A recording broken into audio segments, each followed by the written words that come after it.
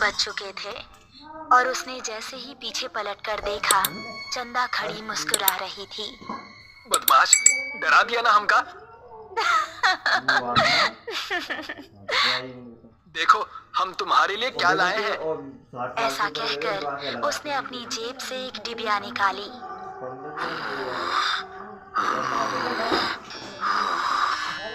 तभी उन दोनों को किसी के सांस लेने की भयानक आवाज सुनाई दी। कौन है? ठीक सामने बरगद के पेड़ के नीचे उनको किसी आदमी का अक्स नजर आया। कौन है? सामने आओ।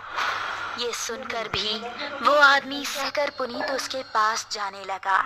जैसे ही पुनीत उसके पास पहुंचा, उसने भी 2 कदम आगे बढ़ाकर पुनीत का गला पकड़ लिया। उसको देखकर पुनीत और चंदा दोनों का दिल दहल गया।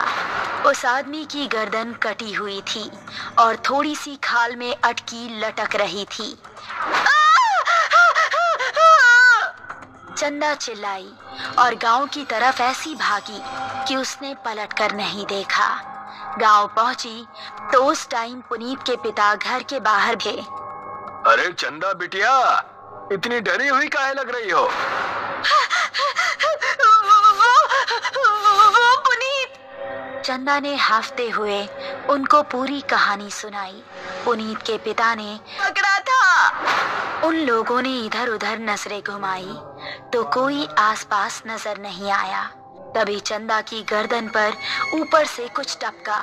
उसने हाथ लगाकर देखा तो वो खून था।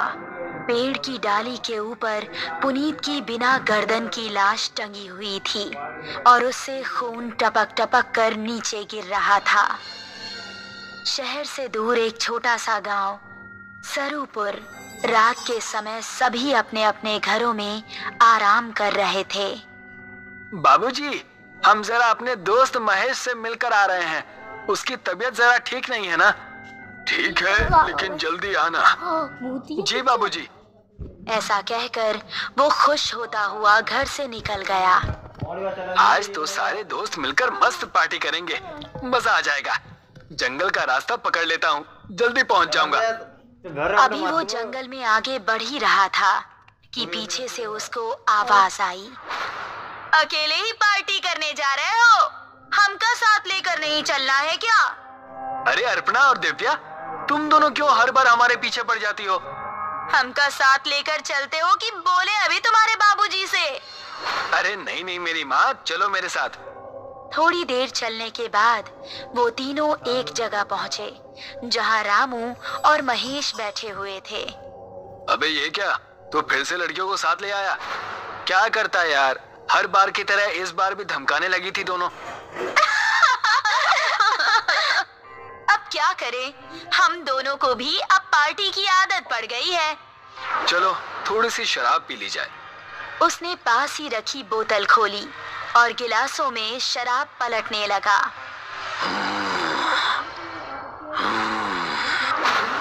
तभी उनको किसी के सांस लेने की आवाज सुनाई दी। उन्होंने देखा तो पांचों के रोंगटे खड़े हो गए। सामने से कठमुंडू चलता हुआ आ रहा था। उन्होंने कदम बढ़ाए ही थे कि तभी कठमुंडू ने दिव्या को पीछे से पकड़ लिया। उसने दिव्या को इतनी जोर से कसा कि उसके मुंह से खून निकल गया। बाकी चारों अब बेहद डर गए और वहां से भाग निकले। दिव्या उसकी पकड़ में फंसी दर्द से कराह रही थी।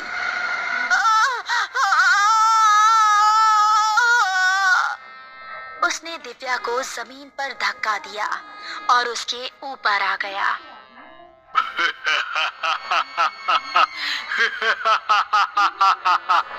उसने दिव्या के सीने। बाकी चारों इतना डर चुके थे कि उनको खबर भी नहीं थी कि वो किस दिशा में भाग रहे हैं। वो काफी देर तक भागते रहे।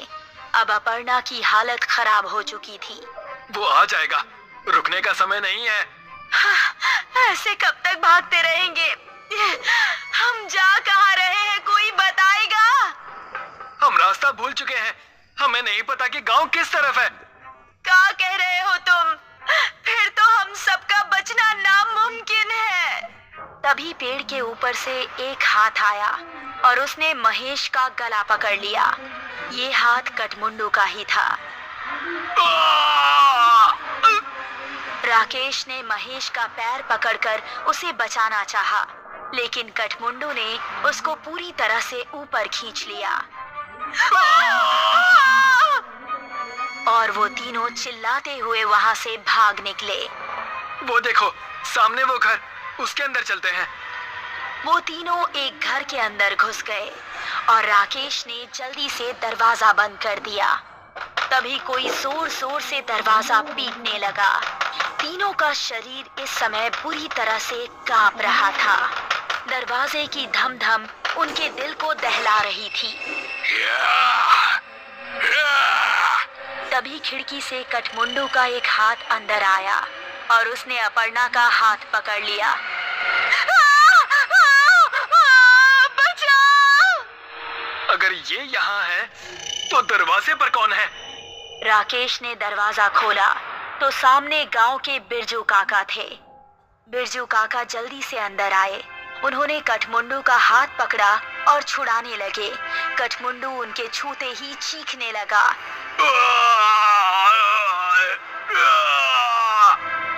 वो चीखता चिल्लाता हुआ वहां से भाग गया। तुम ठीक तो हो अर्पणा? मैं ठीक हूँ, शुक्रिया बिरजू काका। तुम लोग यहाँ करने क्या आए थे, वो भी इस समय? हमसे गलती हो गई बिरजू काका, लेकिन ये कौन है और आपको देखते ही वो भाग कैसे गया? ये कठमुंडू है। ये सुनकर वो तीनों एक दूसरे का मुंह देखने लगे। बहुत सालों पहले हमारे गांव में एक डाकू पल्लव सिंह का बड़ा खौफ था। गांव में एक बूढ़ी औरत रहती थी जिसका एक ही बेटा था। उसने धूमधाम से अपने बेटे की शादी की। शादी के अगले ही दिन डाकू पल्लव सिंह ने हमला बोल दिया। उसने पति और पत्नी दोनों को मार डाला और सारे गहने लूट लिए। अपने बेटे और बहू को मरता देख बुढ़िया तड़प उठी। पल्लव सिंह, जिस सोने के लिए तूने मेरा परिवार उजाड़ दिया, यही सोना तेरे लिए अभिशाप बन जाएगा। तू कभी नहीं मरेगा, सिर्फ भटकता रहेगा और इस सोने से हमेशा दूर भागेगा। ये सुनते ही पल्लव सिंह हंसता हुआ वहां से चला गया। कुछ दिन बाद पल्लव सिंह के ही एक आदमी ने उस पर हमला कर दिया। वो उसकी जगह सरदार बनना चाहता था, लेकिन पल्लव सिंह तलवार के हमले से भी नहीं मरा। उसकी गर्दन आधी ही कटी और थोड़ी सी खाल में अटक कर रह गई। उसने अपने सभी साथियों को मार गिराया। उसने अपने उंगलियों में जितनी भी सोने की अंगूठियां पहनी थी वो गर्म होने लगी और उसके हाथ जलने लगे। बुढ़िया का श्राप अब शुरू हो गया था। उसने सभी अंगूर में ही रहता है। मेरे छूने से वो इसलिए भाग गया क्योंकि मेरे हाथ में ये सोने का कड़ा है। ये कहानी सुनकर वो तीनों हैरान रह गए। चलो यहाँ से निकलो, वो फिर से आ सकता है। बिरजू काका को रास्ता पता था, इसलिए वो तीनों उनके पीछे पीछे जा रहे थे। जब वो जंगल की सरहद पर आ पहुंचे थे, तभी कठमुंडू वहां आ गया। उसने अपर्णा का पैर पकड़ लिया।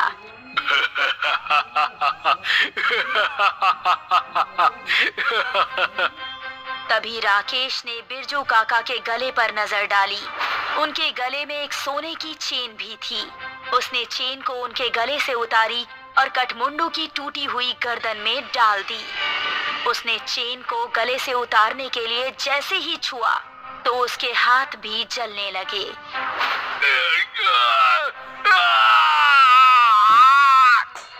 वो वहां से भाग निकला।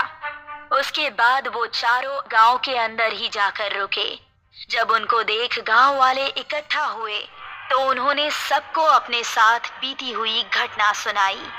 वो दिन था और आज का दिन है।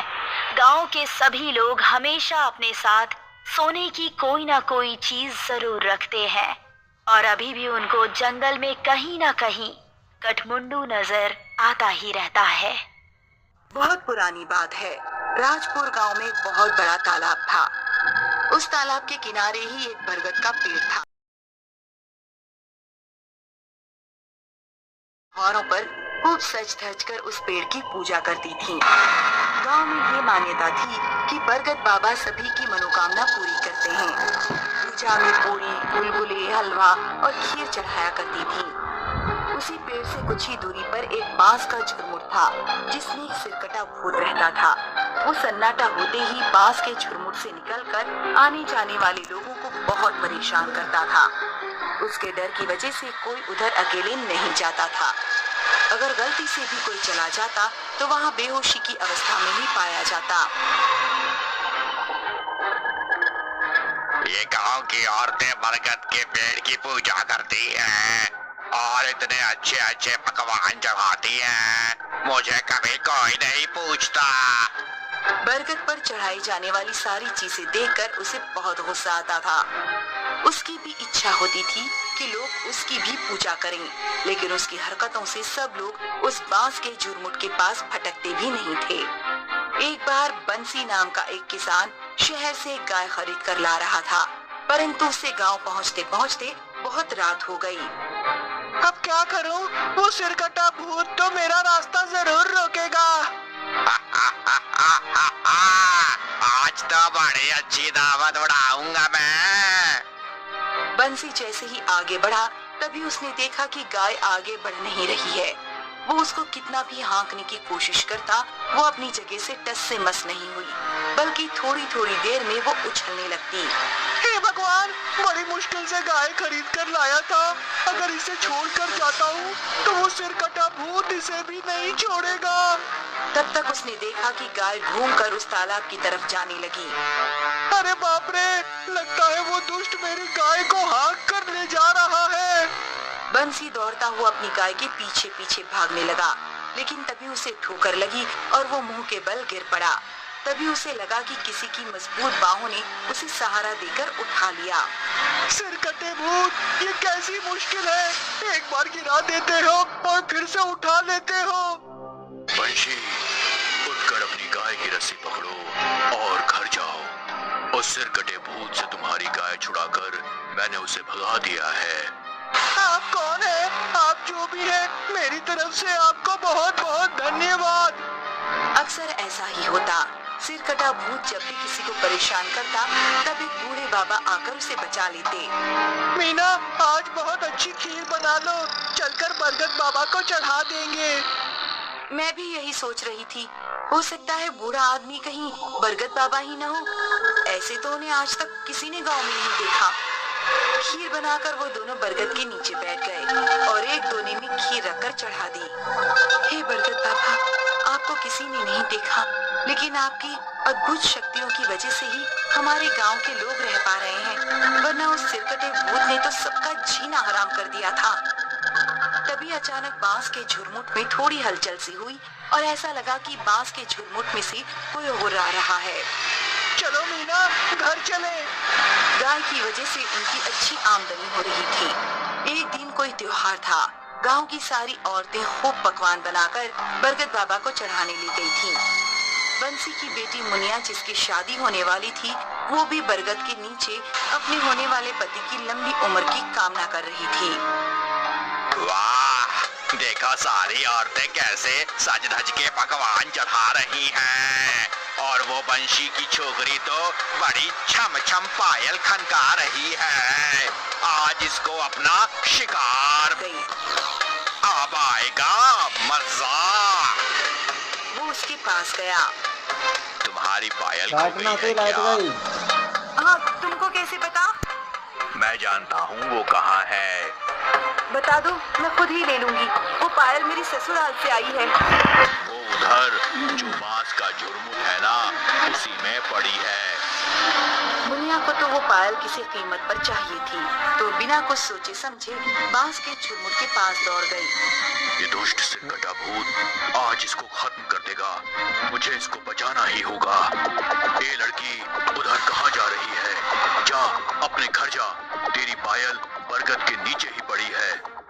मुनिया को अचानक होश आया कि वो तो सिरकटे भूत के नजदीक जा रही थी। इस समय कोई है भी नहीं। उसने जाकर देखा कि बरगद के नीचे ही उसकी पायल पड़ी थी। पायल उठाकर वो सरपट भागी और घर जाते ही बेहोश हो गई। ये तुमने ठीक नहीं किया बरगद वाले भूत। आया हुआ शिकार तुमने भगा दिया। क्या कर लेगा तू मेरा? हिम्मत है तो सामने आ। तभी सिरकटा भूत नीचे आया।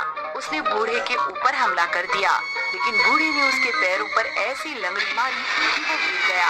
इसके बाद उसके सीने पर चढ़ गए। तू अपने कर्मों को सुधारने की बजाय एक से बढ़कर एक पाप किए जा रहा है। आज तेरा अंतिम समय है। बहुत दिनों से मैं तुझे बर्दाश्त कर रहा था। वो मासूम बच्ची अपनी शादी के लिए कितनी खुश थी और तू उसी को अपना शिकार बनाने चला था। तेरी वजह से इधर से कोई अकेला भटकता तक नहीं है। तू अपनी सीख अपने पास ही रख। मैं तेरी ऐसी की तैसी कर दूंगा। दोनों में जबरदस्त उठापटक हुई। बूढ़े बाबा तो किसी पहलवान की तरह उससे भिड़ गए थे।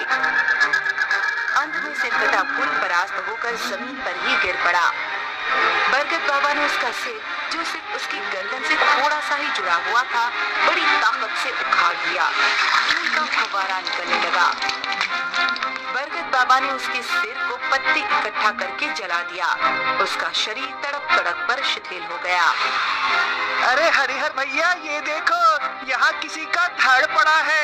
लगता है इसका सिर काटकर किसी ने जला दिया है।